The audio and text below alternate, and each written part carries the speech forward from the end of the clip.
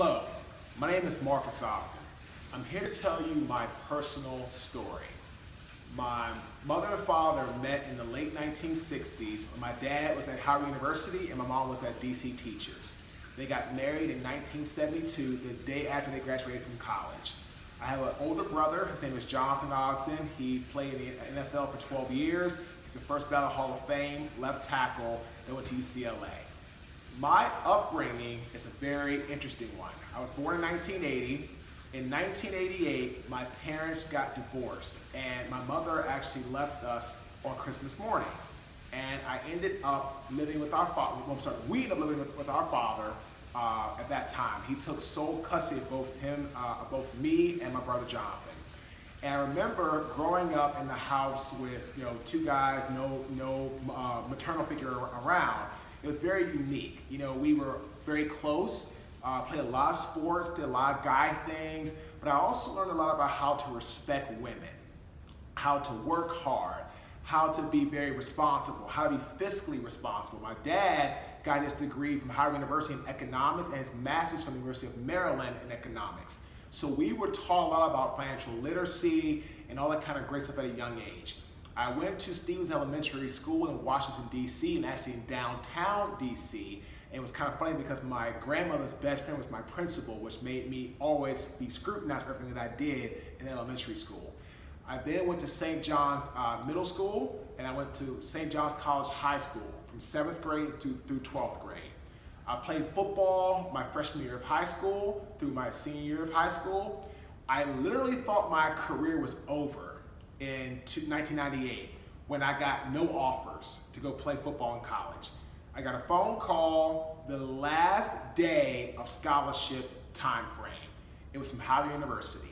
The head coach, Mr. Steve Wilson, showed up at our door, sat down at our dining room table, said, "Mr. Ogden, Mrs. Ogden," talking to both my parents, "we want to offer your son a full scholarship to go play football at Howard University.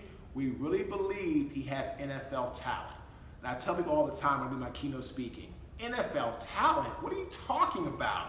I got one offer, so I'm thinking to myself, I didn't tell him this. But man, that's it, one offer, I'm an NFL guy? This doesn't make any sense. But I really believe that Coach Wilson saw in me leadership skills, the ability to persevere and be resilient, which goes a long way in football and in life. So I took the scholarship, went to Howard University. I ended up redshirting my first year, not playing, just kind of getting myself stronger. I became a 4-year starter at Howard University. I got drafted to the National Football League in 2003. I was drafted by Jack Del Rio, former head coach of the Jacksonville Jaguars and of the Oakland Raiders. So I was actually drafted by the Jaguars. Played NFL for 6 years, had a great time, great experience. You talk about learning about perseverance, resilience, having to show leadership skills. The NFL was one of the most fun times of my life and also one of the hardest. I worked my butt off every single day. I had a lot of great head coaches. 2 of them, I'm actually going to say one of their quotes. My old head coach of the Buffalo Bills, Mike Marques, used to say, "The greatest fear we have to overcome is the fear we put into our own minds." I utilized that in football and in the rest of my life, especially as a speaker, building my businesses. It was vital. Jack Del Rio said, if you want to be successful in life, you have to be your own CEO.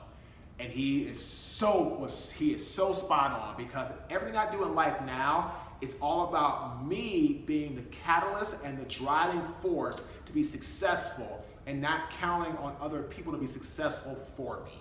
So both those coaches I played under had some great insight, great quotes, and I really thank them both, what they taught me in the NFL that has now transcended to my career post the gridiron. So after the NFL, I struggled with transition. I got addicted to alcohol, I got addicted to gambling, I got addicted to painkillers, because I wasn't prepared to leave the NFL, and I had no plan of action on what to do next. So I ended up going through this really dark period for about 6 months, and I actually got very lucky. I got myself together, I stopped feeling sorry for myself, and I stopped drowning in the bottle. And I decided to get my life back on track. I started a construction business. And in 2008, I founded Caden Premier Enterprises. What happened then is I had some purpose. I had a passion. I had something to actually get out of bed for. And I had great success with this company for the first 4 years. We were in business for 5 years total. But what happened was, as the company grew in stature, in revenue, in notoriety, instead of being a humble, gracious, modest, appreciative leader, I became arrogant. I became, full of rage. I became, somebody that intimidated other people because I was just so lazy. I didn't want to strive to be a better leader because I wanted to coast all the time. And that caught up with me. In 2012, I had a job go really, really bad. I spent between $2 to $3 million in 90 days on a project, did not get paid back by the client and the developer, and I ended up having to file Chapter 7 bankruptcy. Everything I owned was gone. My home, my cars, credit, most of my family, friends, everything I had worked so hard for in the NFL, in my businesses, in my investments, was gone in 90 days. Because I was just so egotistical, I was just so full of myself that nobody could tell me anything. And when you become a leader that can't be talked to, that does not welcome inclusion, you are literally putting writing on the wall to fail.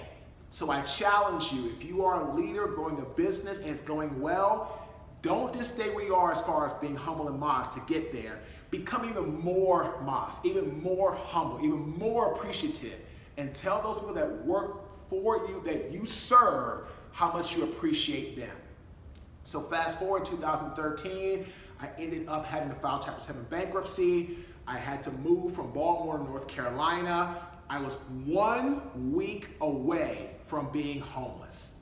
The NFL Player Care Foundation, the NFLPA Retired Players Association, the Gene Upshaw Trust Fund helped save my life by granting me a 4-month stipend, and they paid bills to help me get on my feet because I proved to them I needed the financial relief because I was going through such a financial hardship. I ended up working several different jobs. I got fired from 2 jobs in a week.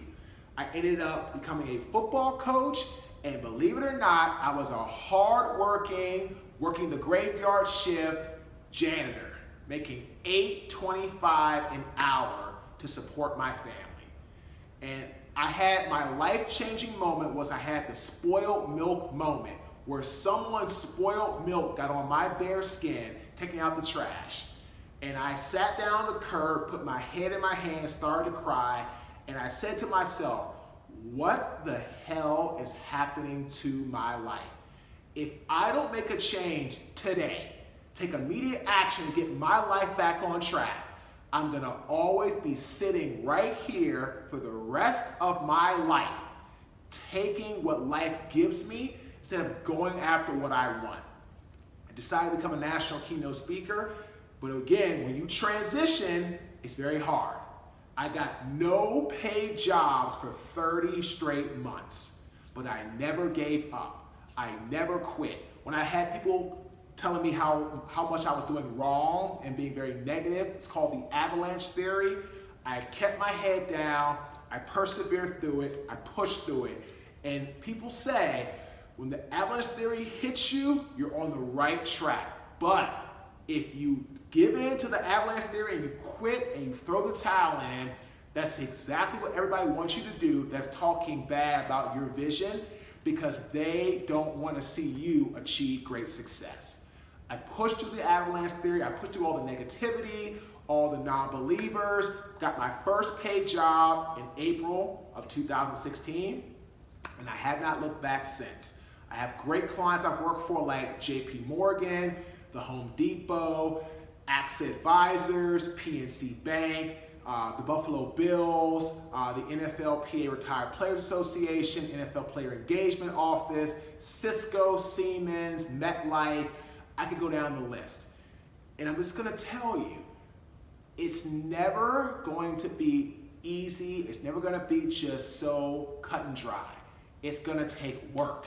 It's going to take dedication. It's going to take passion. It's going to take you being told no and having to deal with the frustration, deal with the anger you feel because you're not getting anywhere some days. It's going to take that feeling. It's going to take that disappointment, and you're going to have to turn it around, and you're going to have to overcome that and fight that with pure old-fashioned grit, perseverance, and determination.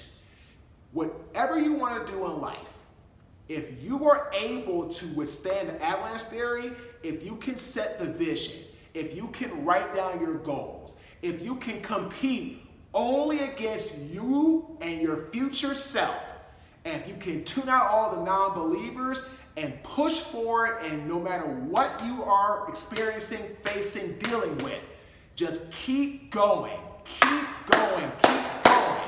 If you can do that, you can beat the odds to be successful in your vision. Damon John, Mark Cuban, Ice Cube, everyone that's been famous, has The Rock, have all experienced and faced exactly what I'm telling you.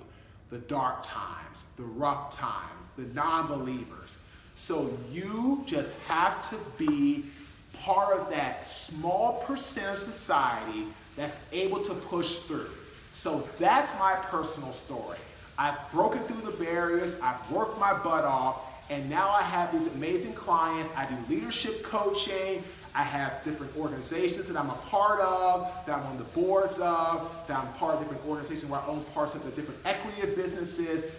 But again, if I had given up during that 30 straight month period, when everybody, for the most part, except for a few people and my wife and my wife's family, told me, Marques, you're making a mistake. A few people, just a few, my wife, her family, and a couple close friends believed in me, and that's all I needed. And that's all I had to put my head on, and you know what? If I can push through it, if I can persevere through it, why can't you? So my challenge to you is, are you able to push through the avalanche theory, the non-believers, the dark days, the days where you feel you just want to throw the towel because nothing's going right? If you're going to ask me if I faced those days, the answer is absolutely, I have. But you know what? I never gave in to the dark side. I never let the haters, the non-believers, take me off my track. So that's my challenge to you. Do you have enough grit, perseverance, passion to push through all the negativity to get to your end result? And again, the way you do that are three things. Number one, identify your vision. Number two, find an inner circle of people that you can depend on to help you. And number three, take immediate action towards accomplishing your vision. In closing, if you want to be the best in life, you have to earn your spot every single day. There's a saying that I live by.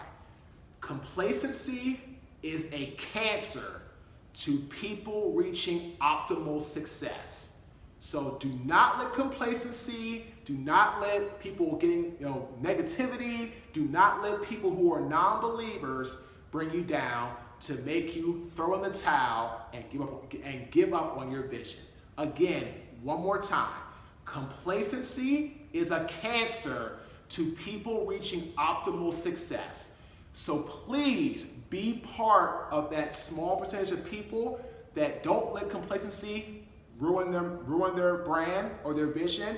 And just remember, if you believe in you, that's all that truly matters. Thank you.